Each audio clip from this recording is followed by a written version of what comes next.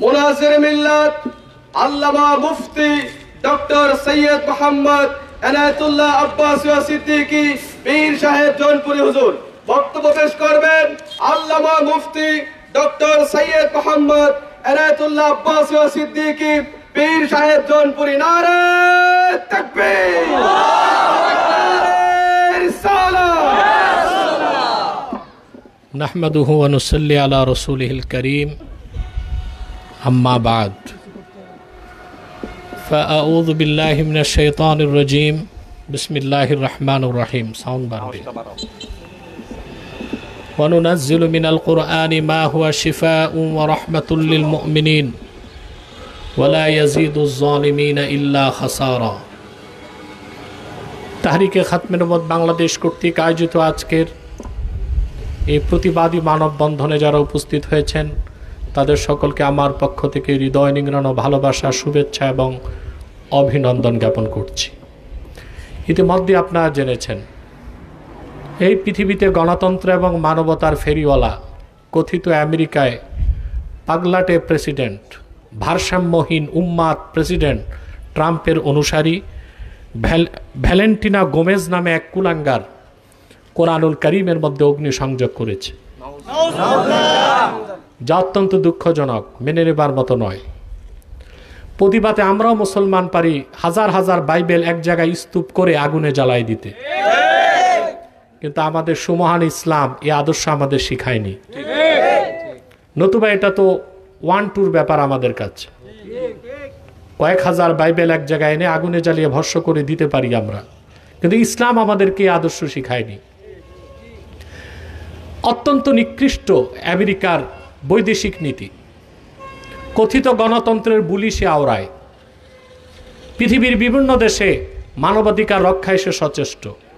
বাংলাদেশও ইতিমধ্যে মানবাধিকার কমিশন একটা প্রতিষ্ঠিত করেছে, কিন্তু সে তো তার দেশকেই সামলাতে পারছে না।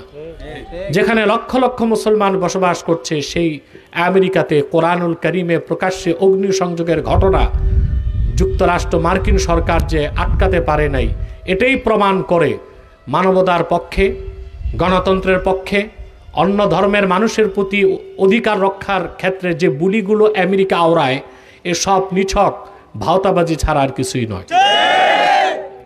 এ কোরআন আল্লাহ তার আখিরি নবী মুহাম্মদ সাল্লাল্লাহু আলাইহি ওয়াসাল্লামের মাধ্যমে ১৫০০ বছর আগে এই কোরআন কারীম অবতীর্ণ করেছেন গোটা বিশ্ব মানবতার মুক্তির জন্যে। আল্লাহ কোরআন কারীমে ইরশাদ করেছেন, শাহরু রমাদান আল্লাযী উনজিলা ফীহিল কুরআনু হুদাল লিন-নাস। এই কোরআনকে আল্লাহ বলেছেন হুদাল লিন-নাস। পৃথিবীর যে কোনো সময়ের, যে কোনো ধর্মের, যে কোনো গোত্রের, যে কোনো মানুষের হেদায়েতের জন্য আল্লাহ তাআলা ১৫০০ বছর আগে কোরআন কারীমকে নাজিল করেছেন। সেই কোরআনকে মুসলমান জীবনের চেয়ে বেশি ভালোবাসে। কোরআন কারীমে অগ্নিসংযোগ করেনি সেই কুলাঙ্গার উগ্রবাদী খ্রিস্টান ভ্যালেন্টিনা গোমেজ মুসলমানদের কলিজায় আগুন জ্বালিয়েছে। এটা শুধু প্রতিবাদী আমরা থেমে থাকব না। আমরা বাংলাদেশ সরকারকে বলবো এই ন্যাক্কারজনক ঘটনার জন্য নিন্দা প্রস্তাব আনা হোক, নতুবা বাংলাদেশের মুসলমান মানবতার ফেরিওয়ালা মার্কিন যুক্তরাষ্ট্রের এম্বাসিকে বাংলাদেশে নিষিদ্ধ ঘোষণা করতে বাধ্য হবে।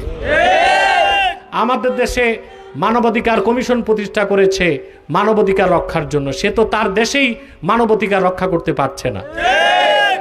অত্যন্ত দুঃখজনক বিষয়, আমাদের দেশে অতি উৎসাহী কিছু প্রগতিশীল লেবাসদারি মৌলবীও আজকে বিভিন্ন অমুসলিম সম্প্রদায়ের অধিকার রক্ষার জন্য উঠে পড়ে লেগে আছে। বাংলাদেশে তো অমুসলিমরা তাদের অধিকার লাভ করছে, কিন্তু পবিত্র কোরআন কারীমের সাথে চরম বেয়াদবি করা হলো। বাংলাদেশের তথাকথিত নেতাগণ কোথায় এখন? তাদের প্রতিবাদের ভাষা নাই কেন? তারাই চুপচাপ বসে আছেন কেন? আব্বা নারাজ হয়ে যাবেন? আটলান্টিকের ওপারে আব্বা নারাজ হয়ে যাবে? মনে রাখবেন, যারাই রাজনীতি করছেন বাংলাদেশে, হোক ইসলামী রাজনীতির ব্যানারে, হোক ডেমোক্রেসির ব্যানারে, আটলান্টিকের ওপারে কোন আব্বাকে রাজি খুশি করে বাংলাদেশের ক্ষমতায় যাওয়া যাবে না। এদেশের মুসলমানদের সমর্থনে ম্যান্ডেট নিয়েই ক্ষমতায় যেতে হবে।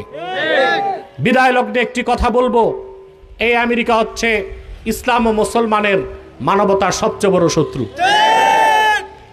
আপনারা দেখেছেন কিভাবে বিশ্বের সবচেয়ে নিকৃষ্ট সন্ত্রাসী অবৈধ রাষ্ট্র ইসরায়েল ফিলিস্তিনে সুদীর্ঘ 23 মাসে গাজাতে প্রায় 65,000 মুসলমানকে হত্যা করেছে। নারী এবং শিশু সেখানে না খেয়ে অনাহারে মৃত্যুবরণ করছে। পৃথিবীর প্রত্যেকটি রাষ্ট্র যেখানে ইসরায়েলকে নিষেধাজ্ঞা দিতে প্রস্তুত, শুধু যুক্তরাষ্ট্রই তাকে নিষেধাজ্ঞা দিচ্ছে না।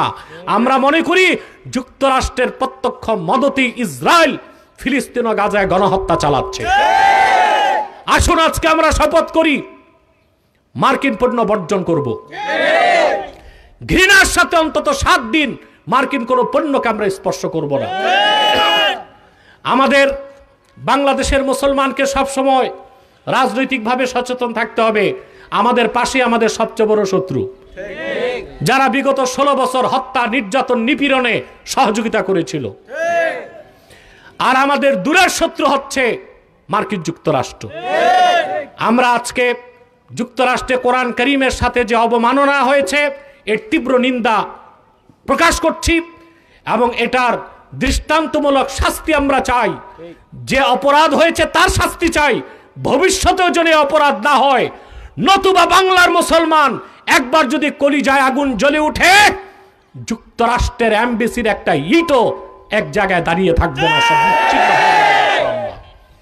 আমি এখান থেকে আরো বলছি যে মানবাধিকার কমিশন বাংলাদেশে গঠন করা হয়েছে, এটা বাংলাদেশে দরকার নাই, বরং এটা আমেরিকার উচিত বাংলাদেশে এসে ইসলামপন্থী আলেম ওলামার কাছ থেকে আমেরিকার রাজনীতিবিদদের উচিত মানবতা ও মানবাধিকার কি তা শিক্ষা নেওয়া। আল্লাহ আমাদের আজকের এই প্রচেষ্টাকে কবুল করুন। ওয়াখির দাওয়ানা আলহামদুলিল্লাহি রাব্বিল আলামিন। ওয়াসসালামু আলাইকুম ওয়া রাহমাতুল্লাহি তাআলা ওয়া বারাকাতুহু। ربنا آتنا في الدنيا حسنة وفي الآخرة حسنة وقنا عذاب النار. ربنا ظلمنا أنفسنا وإن لم تغفر لنا وترحمنا لنكونن من الخاسرين. اللهم اصلح لنا شأننا كله ولا تكلنا إلى أنفسنا طرفة عين. فاطر السماوات والأرض أنت ولينا في الدنيا والآخرة. توفنا مسلمين والحقنا بالصالحين. وصلى الله تعالى على خير خلق نبينا محمد نور الله وعلى آله وصحبه أجمعين برحمتك يا أرحم الراحمين. السلام عليكم ورحمة الله تعالى وبركاته.